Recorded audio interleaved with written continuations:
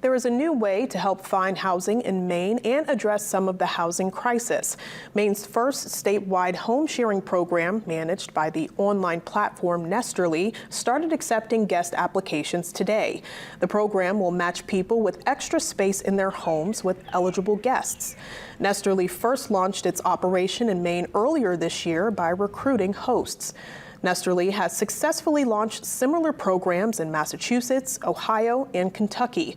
Those platforms focus mainly on metropolitan locations, while Nesterly's effort in Maine will be its first statewide platform and in a largely rural state.